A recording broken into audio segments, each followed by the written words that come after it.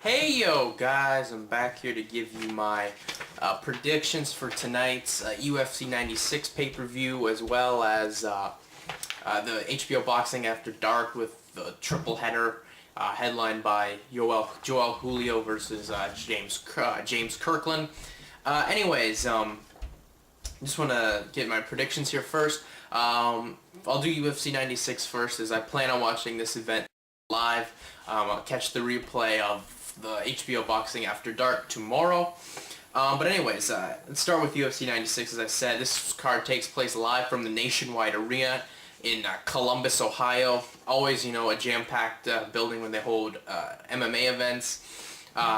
State of Ohio, big fans of MMA, so it should be a ruckus crowd here.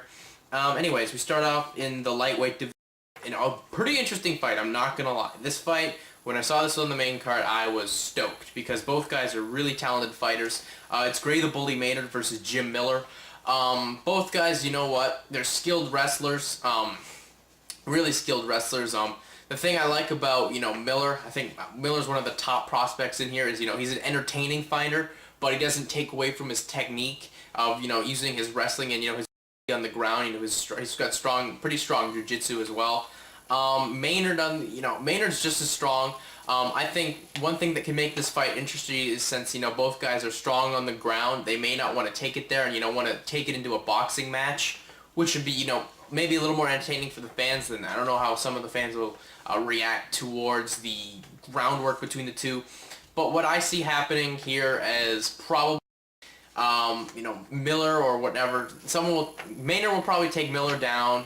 Miller has the ability to get wrestle out of that, but I just see, Maynard's, training with Extreme Couture, being able to, take him there, maybe keep the advantage on the ground, and, score a unanimous decision. That's what I see happening. I don't think we're going to get a submission or anything. I think, it's just going to be who can do the better work on the ground. I think, that's going to be a factor, who can do the better chest work on the ground, because I think, both guys will take it there and see who can, do that. But like I said, the boxing aspect could happen. I think if that happens, I'd probably go with Maynard as well, but I'm going to go with Maynard getting, a unanimous decision victory. Moving over to the next bout, which is Matt Hamill versus Mark Munoz. Between pretty strong wrestlers as well. Really, to me, this fight is, what can Matt Hamill do? Matt Hamill, in his last fight against Rich Franklin at UFC 88, he left the wrestling at home. Don't know why. That's, that's his bread and butter, basically, as well as his power. So I think he's got to, use the wrestling in there, take Munoz down. Munoz is a pretty strong wrestler as well, but, not as strong as other guys in this division. It's for a big guy as well. So, really, I think Hamill will have to use that to his advantage and, ground and pound. Probably, to me, I think he'll get a ground and pound submission, either late first or late second or early second round. That's how I see this one happening. Munoz, on the other hand, could be, he could be smart and, not wanting to take it to the ground. Like I said, he's pretty good at the wrestling. And they could also make this into a boxing match where, I don't know how well that for Hamill, as Hamill would like to, just look for the one-hitter quitter, look for the knockout. Well, we all know knockouts just come naturally, and I think that would play more into Munoz's advantage, but I think, Hamill's going to fight the smart fight, use the wrestling when he needs it, and get that ground and pound. I'm actually going to go on record, say early second round. Then we move over to the co-feature for the main event, which is a really interesting fight to me. In the heavyweight, it's Gabriel Gonzaga versus one of the UFC's up-and-comers, in Shane Carwin. This is the second attempt for the UFC to get, one of their new prospects in heavyweight over. Cain Velasquez, it really didn't work out as well as they would have thought.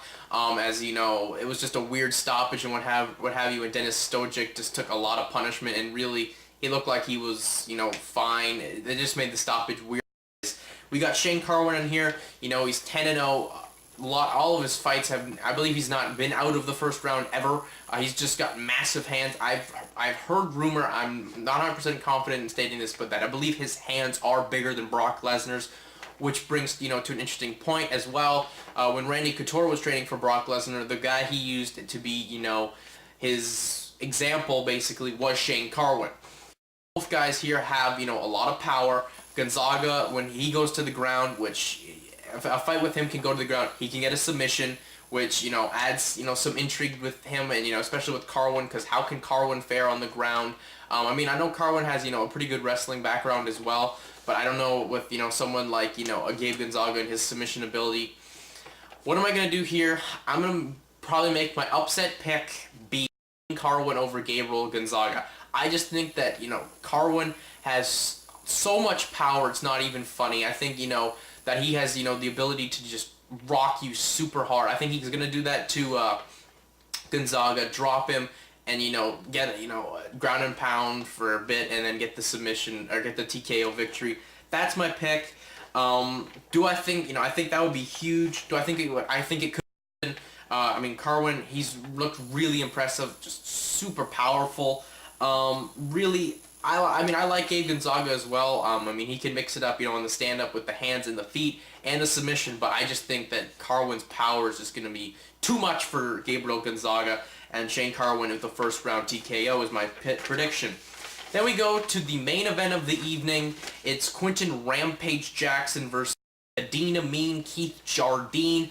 This fight, to me, is going to be a pretty interesting fight. I know a lot of people were crapping on it, but I think it could be pretty interesting. Just, you know, if, you know, Jardine wants to let his hands go, because, you know, Keith can, you know, like to throw hands, and especially leg kicks, which I think is going to be to his advantage here. But when you look at, you know, both guys' last fights, you know, Quinton obviously coming off the devastating knockout of Wanderlei Silva at UFC 92. Real knockout of the night it was. Just very scary knockout, you know, getting his revenge on, you know, his ultimate enemy. Whereas Keith Jardine came off a very disappointing unanimous decision victory over Brandon the Truth Vera. Very disappointing fight. And also, if you remember in that fight, he did hurt his knee, I believe checking a kick or whatnot, or just, you know, Brandon actually kicking his knee. Something of that sort where Jardine was hurt. Maybe that would have to play a bit of a factor in the training, but I don't think it was that much. He definitely had enough time to recuperate from there.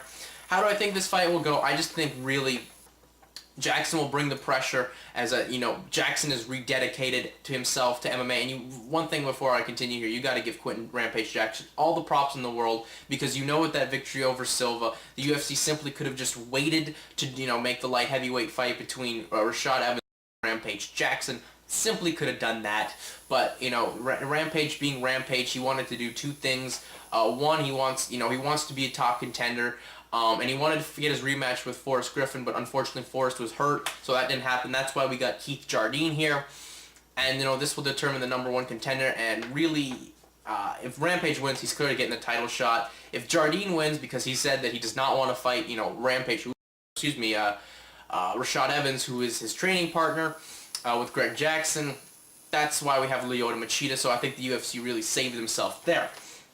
Anyways, I think Rampage is really going to bring the pressure, you know, try and overwhelm Jardine, and, you know, just throw the hands and just tag him right on the chin, as, you know, that's been Keith's menace in the recent fights. We all remember the crush at the hands of Wanderlei Silva. So really, that's where I could see this happening here, especially in the Houston Alexander knockout. I could see this happening here as well. Keith, really, his strategy is going to be the Forrest Griffin game plan. You know, throw those leg kicks, as, you know, that's Keith's bread and butter. Throwing the leg kicks, you know, working the legs. But to me, I think, you know, Rampage has learned from that how to check a kick, or, you know, not to try and absorb it full blow. That's what I think he's going to do. And I think Rampage is going to get, you know, a knockout or TKO in the first round as well. So Quinton Rampage Jackson will probably be the #1 contender for Sugar Rashad Evans Light Heavyweight Championship. Overall, I'm expecting a strong card. Something not to disappoint, and I mean, come on, you got to see a new contender potentially be built, and, you know, if Gabe loses, you know, he's still going to be in contention, as well as, you know, other than that, really, there's not that many strong heavyweights. So really, I'm excited for the card, especially the opening bell, which is Jim Miller and Gray Maynard. But anyways, that's it for that. Moving over to the boxing on HBO, triple header from I believe from the Shark Tank in San Jose, California, at the HP Pavilion. We got a triple header, another triple header within 2009, the second one that HBO has presented. 3 important fights, you know, showcasing a lot of the younger talent. The first fight of the night will be Robert Guerrero versus the Indonesian Daud Yondo. Really, don't know that much about, or Yordan, excuse me, Daud Yordan. Really don't know that much about Yordan, as he, like Chris John, fought a lot of his fights in Indonesia, what have you. Really, Guerrero, I should say, is, a top prospect from Golden Boy. I don't think they're throwing him in here with someone, better than him. Someone that could, make one of their prospects look like a fool on, a big-time network like HBO. I think really this fight is just going to be, Yordan, excuse me, that, not being like a complete step down, but he's going to be the pendulum to send Robert the Ghost Guerrero into stardom. And plus, this is in at the HP Pavilion. Guerrero is also from Northern California. And, that is going to play into an aspect, as he's, one of the stars, so he's going to have that aspect with him. So I think he's just going to come in, probably get, a stoppage in, the 7th round. That's where I'll make my prediction. Really, I don't know that much about Yordan. I mean, he could be like an Ali Funica, who you don't know much about, but, he proves to be actually a formidable opponent. Or, a Bernadette Prescott, where he absolutely just, mauls the hometown hero like Prescott did against Amir Khan back in late 2008. But, he could just fall flat on his face and be, just chump change. But anyways, I think I'm gonna take Robert the Ghost Guerrero. Moving on to the next bout, which is Vicious Victor Ortiz versus Mike Arnaoutis. Really, this fight is also very interesting, as Vicious Victor, strong component. Really, the thing he's gonna want to do is trying to get inside of Mike Arnaoutis, excuse me. Just try and get inside. If he can't, then he's just try and if he can't, then he's gonna have to go to a plan B, which is gonna be something that he's gonna want to do, and try and use that knockout power. Really, I think if he can't, then he's gonna have to get a plan B and try and push it to a decision. If he can get inside, then really he's gonna eventually come out with probably a knockout. Live up to the Vicious nickname and get the knockout victory. I see this probably being in the 8th. Probably the 8th. It depends really how he does. If he gets inside, I'm going to go 5th or 4th round knockout. If he doesn't, well then, like I said, it's going to go to the scorecards, or we go a very long way. Probably 10th or 11th if he would just score a knockdown or knockout. Anyways, then we go to the main event, which is James Kirkland versus Julio. Really, this fight screams a lot at me, as the Mike Tyson comparison has been thrown around a lot in boxing since, Mike Tyson, I'm talking the glory days, Mike Tyson, from the late 80s, early 90s, when he was just murdering people in the ring, basically. That's been thrown out to James Kirkland, and I would wholeheartedly agree. I think, Kirkland, his ability is just he's super talented. Really, he's been able to finish a lot of his opponents very early. In his last fight, he really didn't finish his opponent early. He got pushed into the later rounds, I believe, and he finished his opponent in the 8th round, but that just shows that he's got a plan B, and he's got the heart of a champion, like a Mike Tyson did. His opponent in Julio, pretty strong fighter. I mean, he's got fast hands. If Kirkland can adapt to his speed and whatnot, then, we're going to go long, probably like his last fight, 8th or 9th, but I still say Kirkland's going to use that power a lot in here. I think his power is just going to overwhelm Julio, and Jermaine Kirkland's going to win probably by decision. That's where I would go. I don't think Julio will go down, but I think the power will be played, and I don't think Julio will, get TKO'd or whatnot, but I think it'll be a unanimous decision victory for James Kirkland. Anyways, that's it for me. Definitely leave your comments.